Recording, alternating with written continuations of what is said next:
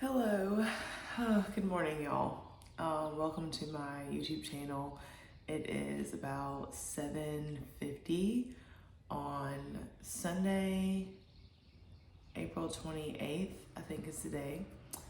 I need to work on like a YouTube intro because I don't have one, and I just kind of come on here and wing it, but y'all, I don't even really know where to start. Lord help me. So, this has been quite an interesting week, and I have my windows open just because it feels really good outside, and I've been really enjoying like just letting my cats be cats and then looking outside, and I've been cleaning my house and just trying to keep all of my things, I guess, keep them all together, but keep them together well. I'm not like an OCD neat freak, but I do like to keep things organized and to keep things clean. And as I've said in previous videos, I have a lot of things that I am attached to and doing, and I'm very busy. So keeping things organized and clean, especially in my home with my pets, is a really big priority of mine. I currently only have 4 cats, and unfortunately I had to put 2 of my dogs. I had 2 dogs and I had to put them both to sleep maybe a little over 6 months ago. So the cat hair, I just Swiffer it, but I don't know why I'm talking about my pets, but anyway, you can keep a clean house and have pets. I'm a big believer in that, and hopefully I'll be getting a puppy soon. So I have just really been enjoying my pets, and my cats are right here looking out the window, so that's what I'm gonna keep smiling at. But I guess before we read, I just kind of wanted to come on here and say a few things that I feel like the Lord has kind of put on my heart just over the last couple of days. And I'm gonna try to say it without like getting into like mushy detail and just being long-winded, because I feel like I could talk about Jesus forever. But there is no better feeling than like knowing that you're where God wants you to be and that you're doing the things that He wants you to do. And this is so crazy. So I guess that also ties into what we're gonna read. And I didn't realize that until I just said it. But I think for me personally, because I hope that what people get from my channel and my story and just some of the things that I share, like I hope that it's very real. I hope that it's very authentic. For people that know me personally and still follow my channel, I'm sure they get a different side of me in a way that's probably a lot more detailed, but ultimately I'm still the same person on and off camera. So I just hope and pray that like what I say is said well, but still is honest and real and correct, I guess.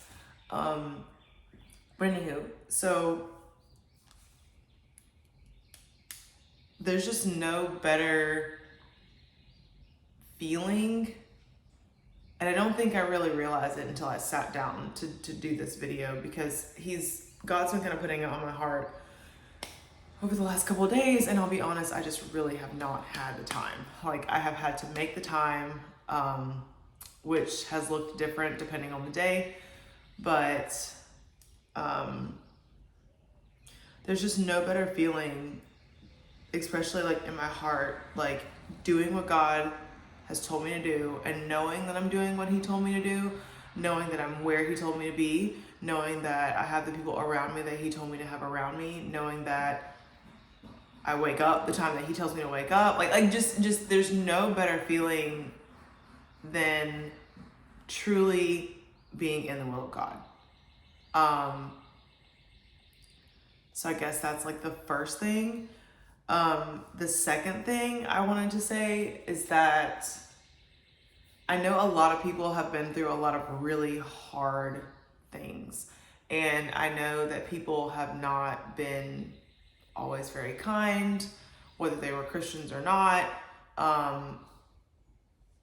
But there are people out here that are genuinely doing the best that they can, and they do have good hearts because God has worked on those people. God walks with those people, and those people are genuinely just trying to be good people.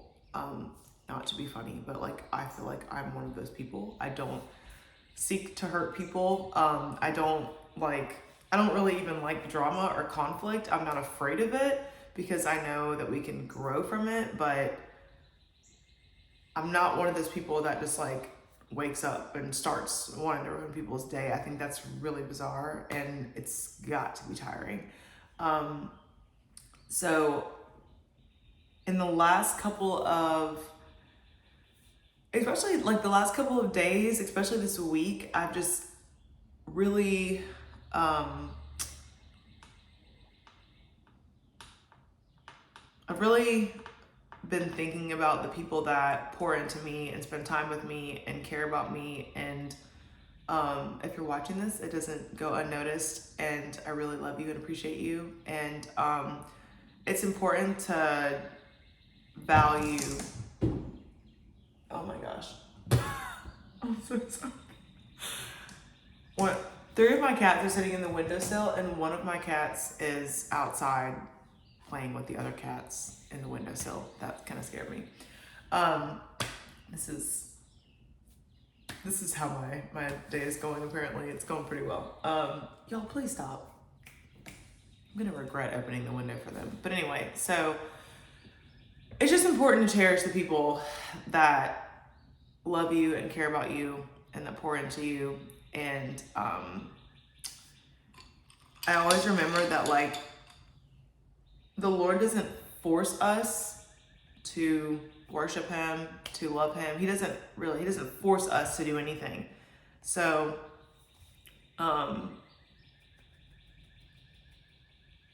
life is about the choices that we make, and it's about how those choices affect us, the people around us, our work, our friends, our coworkers, our families, people that don't even know us yet. It can affect our kids later in the future.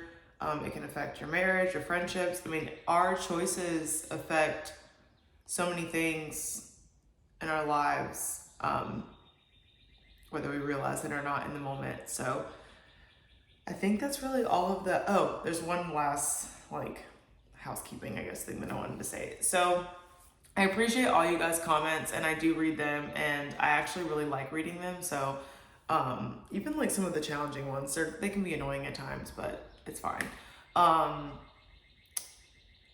am not I am not on here to be a YouTuber. Like that is not my end goal in life, or I'll be honest, it wasn't even like a desire that I had. I feel like I kind of grew up with the whole like social media thing, and it was this is so weird to think about this. Stop, you guys. Get down. We're done. I'm gonna have to close this window. I'm gonna try to close it from here. Okay, get down. We're done. I'm getting distracted. I had to close the window. I can't do it. So I grew up having like MySpace as a kid. And I know half of the people that may watch this don't even know what that is, or if y'all do, we're just showing our age. But we had MySpace, you had your little top 8, you had little LimeWire. You know, we had LimeWire was kind of fire, but bars.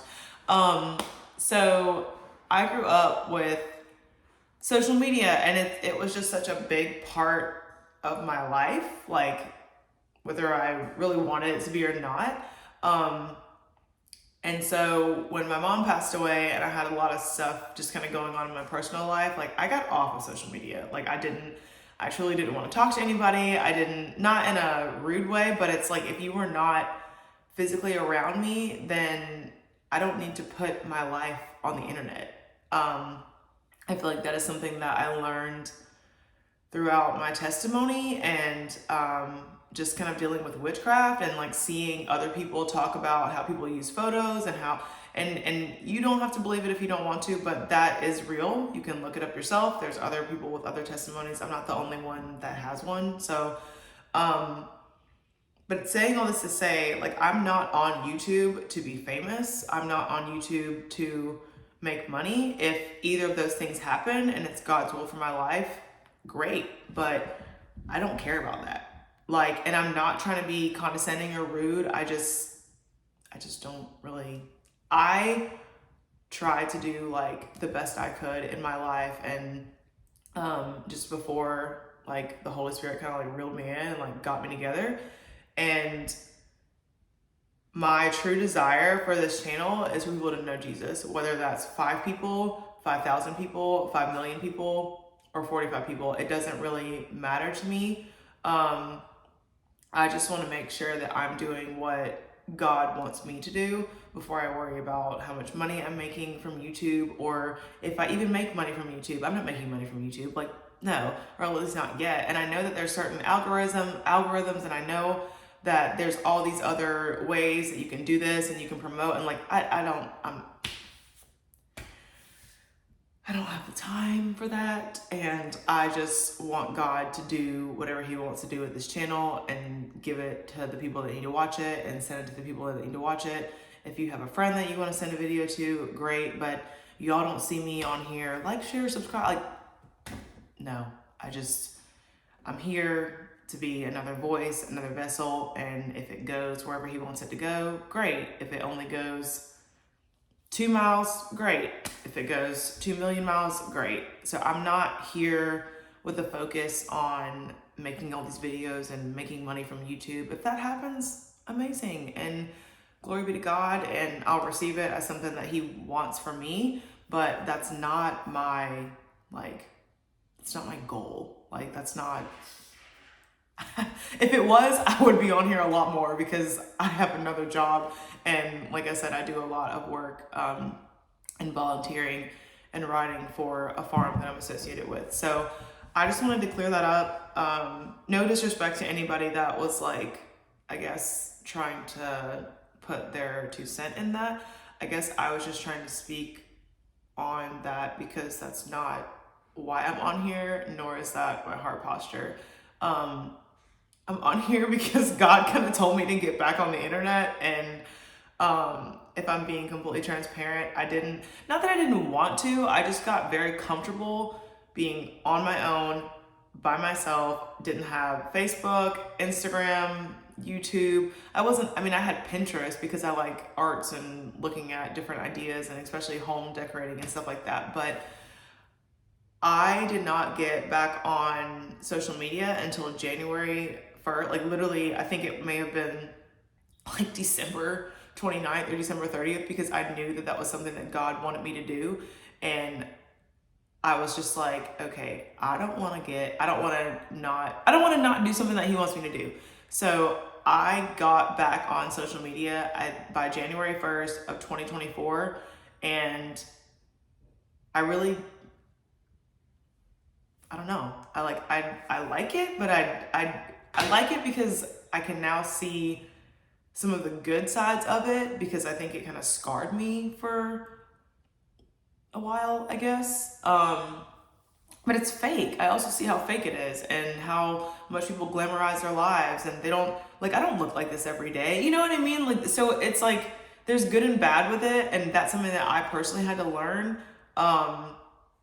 And so I'm just saying all that to say, like, I'm doing this as led by the Lord, and whatever comes from it. I'm not trying to like finesse the system and like be some rich YouTuber. And I'll be honest, like, I'm too scared to be doing something that God doesn't want me to do and then use his name to make, like, that ain't me. That is not, I'm scared. That's not me. So those are just a few of the things that I guess I want to talk about. Sorry that took like 15 minutes, but here we are. And we're going to read Daniel chapter 6. And this was made pretty clear to me the other day because I didn't realize that, I guess, when I was going through the book of Daniel, I don't know if I forgot chapter 6 or if chapter 6 didn't upload when I was uploading the videos. I don't know what happened, but I have all of the other chapters like listed that I read, and chapter 6 is just not on my YouTube channel anymore. And so, in simple terms, God just made that very clear to me that that's what I'm going to read right now. So that's what we're going to do. Thank y'all for listening to all of that, because I now feel lighter because that is off my chest. All right. So I am reading in the NLT version, and I'm just going to read chapter 6, and we're just gonna kind of go through it together. I read this before. I have a lot of highlighting, so I'm going to try to explain this the best way I can.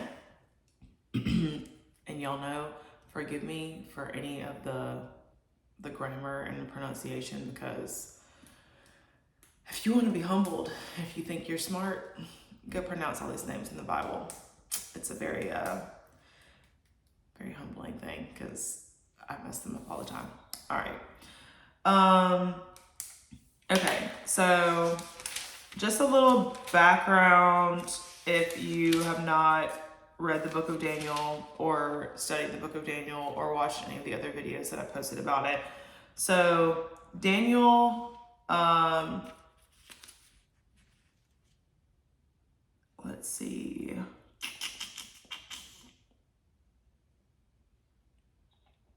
Daniel has a lot of wisdom and understanding, and he's also basically working for this kingdom, if you will. I don't want to say as like a secret agent of the Lord, because that's not biblical. I don't want to confuse anybody. But long story short, Daniel has told this king that he's had dreams about, he has interpreted dreams for this king, and also for, let's see, the writings on the wall. And so at this point, another king has taken over the kingdom. So that was a horrible summary of the first 5 chapters. I'm sorry, you just need to go back and read it yourself. That was terrible. All right, moving on. Chapter 6. Darius the Mede decided to divide the kingdom into 120 provinces, and he appointed a high officer to rule over each province. The king also chose Daniel and 2 others as administrators to supervise the high officers and protect the king's interest. Daniel soon proved himself more capable than all the other administrators and high officers. Because of Daniel's great ability, the king made plans to place him over the entire empire. Then the other administrators and high officers began searching for some fault in the way Daniel was handling government affairs, but they couldn't find anything to criticize or condemn. He was faithful, always responsible, and completely trustworthy. So they concluded, our only chance of finding grounds for accusing Daniel will be in connection with the rules of his religion.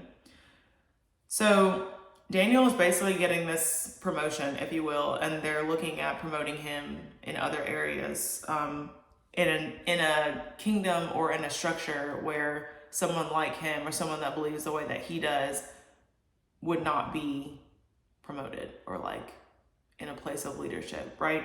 So Daniel has favor from God to be put in these positions and do the things that he's doing successfully. So the people that are working alongside Daniel, if you will, and the people that are, I guess, kind of like up there in leadership with him are now looking for a fault. Like, so to say this, I guess, in like today's terms, it would be like somebody getting a promotion, but somebody overly pointing out to them like, oh, they're coming in late all the time. Like someone trying to put bugs in their boss's head or like somebody else's head to make that person look bad. So they couldn't find anything to make Daniel look bad. So they said, our only chance of finding grounds for accusing Daniel will be in the connection with the rules of his religion. So they're basically saying the only way that we can figure out a way to make Daniel look bad is going to be in relation to his relationship with God. Okay, moving on. So the administrators and high officers went to the king and said, "Long live King Darius. We are all in agreement, we administrators, officials, high officers, advisors, and governors, that the king should make a law that will be strictly enforced. Give orders that for the next 30 days, any person who prays to anyone, divine or human, except you, your majesty, will be thrown into the den of lions. And now, your majesty, issue and sign this law so that it cannot be changed. An official law of the Medes and the Persians that cannot be revoked." So King Darius signed the law. What a morning. Okay. So what's happening now is like these people know that Daniel is going to pray to his God, and like I said, they're going to try to find fault due to his religion. So they go to the king and they say, "We are all in agreement." Basically, it's kind of like, okay, let's say if you have a group of 30 people and like you have one king and then the other 29 people are in agreement with whatever they're saying. So the king is looking at them like he just kind of agreed with it. But they're basically saying anybody that does not worship, sorry, that was what I get for drinking coffee. Anybody that does not worship this king, anybody that does not worship him, bow to him, whatever, anybody that worships anything else, whether it's another human being or another divine, like another god, if you will, they're going to be thrown into the den of lions. So basically anybody that doesn't worship you is going to die because, a den of lions, like that's not a normal thing for a human to make it out of, right? So he's saying they're convincing the king, sign this law and make this a law so that it cannot be changed. And so he did. So verse 10, it says, "When Daniel learned that the law had been signed, he went home and knelt down as usual in his upstairs room with its windows open towards Jerusalem. He prayed 3 times a day, just as he had always done, giving thanks to his God. Then the officials went together to Daniel's house and found him praying and asking for God's help. So they went straight to the king and reminded him about his law. Did you not sign a law that for the next 30 days, any person who prays to anyone, divine or human, except to you, your majesty, will be thrown into the den of lions?" So Daniel's like, it doesn't say Daniel panicked. It doesn't say Daniel freaked out. It says Daniel went and prayed just like he normally does. And obviously the officials, knowing that, went to Daniel and then went to the king to be like, "Didn't you say that he couldn't do that? Isn't that the law that you just did? Doesn't that just sound like the enemy?" Like literally in Genesis. Is that really the tree that God said you can't eat from? I don't know if he said it just like that, but that's what that reminds me of. Okay, so yes, the king replied, "That decision stands. It is an official law of the Medes and the Persians that cannot be revoked." Then they told the king, "That man Daniel, one of the captives from Judah, is ignoring you and your law. He still prays to his God 3 times a day." Hearing this, the king was deeply troubled, and he tried to think of a way to save Daniel. He spent the rest of the day looking for a way to get Daniel out of this predicament. So the king liked Daniel because if he didn't, he wouldn't be spending time trying to figure out how to help him, right? So he's probably beating himself up a little bit because he's like, "Oh crap, like now I just," probably didn't say crap, but he's like, "Crap, I just made this law that I cannot change. And now someone that I care about is possibly under whatever circumstances because of it."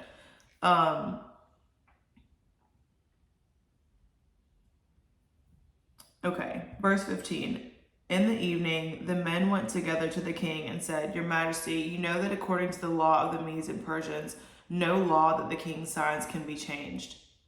So it's almost like they're taunting him. Like, and he didn't even get an opportunity to like try to figure it out. It's like, "Oh, by the way, like that Daniel guy, like he's praying. He's not listening to the law. Like he's not worshiping you." And then a few minutes later, it's like, "Oh, by the way, you can't change the law." Like they're making sure that the king also knows that Daniel is supposed to be on his way to death, if you will, for not worshiping him due to the law that he signed.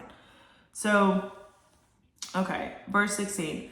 So at last, the king gave orders for Daniel to be arrested and thrown into the den of lions. The king said to him, May your God, whom you serve so faithfully, rescue you." A stone was brought and placed over the mouth of the den. The king sealed the stone with his own royal seal and the seals of his nobles so that no one could rescue Daniel. Then the king returned to his palace and spent the night fasting. He refused his usual entertainment and couldn't sleep at all that night. Very early the next morning, the king got up and hurried out to the lion's den. When he got there, he called out in anguish, "Daniel, servant of the living God, was your God whom you serve so faithfully able to rescue you from the lions?" Daniel answered, "Long live the king. My God sent his angel to shut the lions' mouths so that they would not hurt me. For I have been found innocent in his sight, and I have not wronged you, your majesty." The king was overjoyed and ordered that Daniel be lifted from the den. Not a scratch was found on him, for he had trusted in his God. Then the king gave orders to arrest the men who had maliciously accused Daniel. He had them thrown into the lion's den along with their wives and children. The lions leaped on them and tore them apart before they even hit the floor of the den. Then King Darius sent this message to the people of every race and nation and language throughout the world: "Peace and prosperity to you. I decree that everyone throughout my kingdom should tremble with fear before the God of Daniel. For he is the living God, and he will endure forever. His kingdom will never be destroyed. His rule will never end. He rescues and saves his people. He performs miraculous signs and wonders in the heavens and on earth. He has rescued Daniel from the power of the lions." So Daniel prospered during the reign of Darius and the reign of Cyrus the Persian. And that's it. So, in a place where Daniel should have died,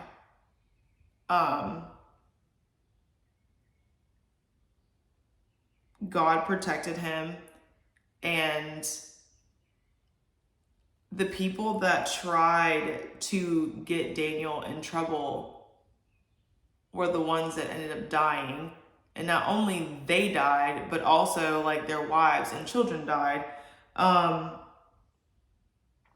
There's something else I wanted to say too. Okay, so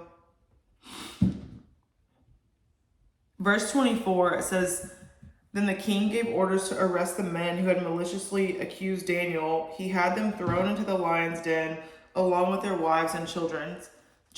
The lions leaped on them and tore them apart before they even hit the floor of the den."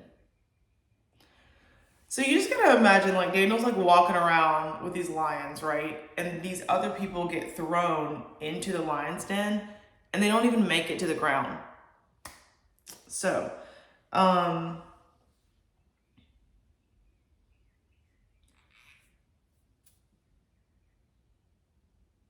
I also really love the end where the king says, "Peace and prosperity to you. I decree that everyone throughout my kingdom should tremble with fear before the God of Daniel, for he is the living God and he will endure forever. His kingdom will never be destroyed and his rule will never end.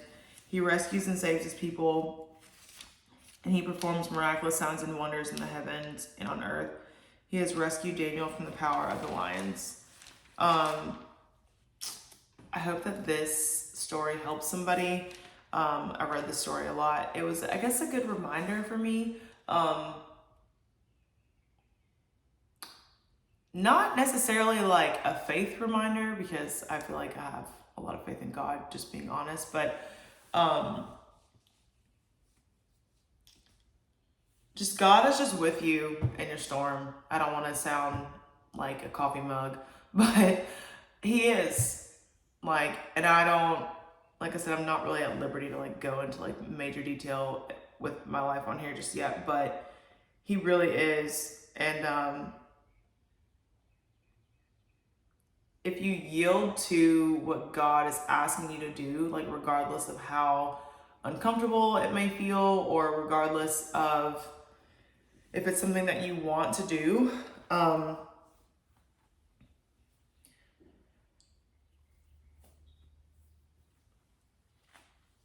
it's just better that way. Like, it's just better to listen to the Lord. But he's with you in whatever you're going through and whatever you're experiencing, and just kind of like whatever your lion's den may look like. Like, there's a reason why Daniel was the one that was chosen, if you will, to go into the lion's den because there were other people that obviously couldn't handle it and couldn't go into the lion's den because they didn't even make it to touch the ground. So I think for me personally, it's just a really good reminder that like none of us are perfect, but like no matter how people may try to, so whether it's saying things about you or make you look like you're something that you're not, like whatever people try to do, like the truth always comes out. And I know I'm being super vague. I'm just gonna end this video in a minute because I can't really talk about this anymore. But the truth always comes out, and it's unfortunate, but a lot of the people that have like bad intentions towards you, they don't necessarily see it sometimes until it's too late, but they're the ones that get caught in their own trap. So I hope that this video helps somebody, bless somebody, encourage your faith. Go read the rest of Daniel because my explanation earlier of the first 5 chapters was absolutely terrible. And I will see you guys next time. Bye.